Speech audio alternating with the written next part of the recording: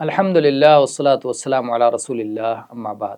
کھانے میں عیب نکالنا اور اسے حقارت کی نظروں سے دیکھنا اور اس کی تحقیر کرنا منع ہے۔ اس سلسلے میں ابو ہریرہ رضی اللہ عنہ بیان کرتے ہیں کہ اللہ کے رسول صلی اللہ علیہ وآلہ وسلم نے کبھی کسی کھانے کی عیب جوئی نہیں کی۔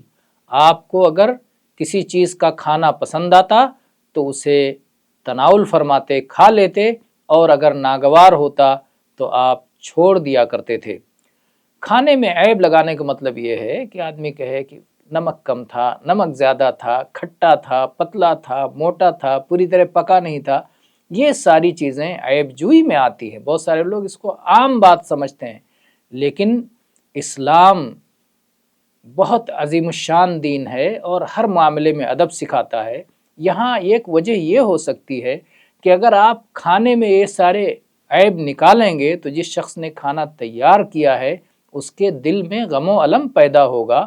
اس نے محنت کی ہے، تیار کیا ہے، تو آپ اس طرح کے عیب نکالیں گے تو اسے تکلیف ہوگی۔ تو اللہ کے نبی صلی اللہ علیہ وسلم نے اس دروازے کو بند کر دیا تاکہ کسی مسلمان کے دل کو تکلیف نہ پہنچے، اور شریعت اس طرح کے احکام دیتی ہے۔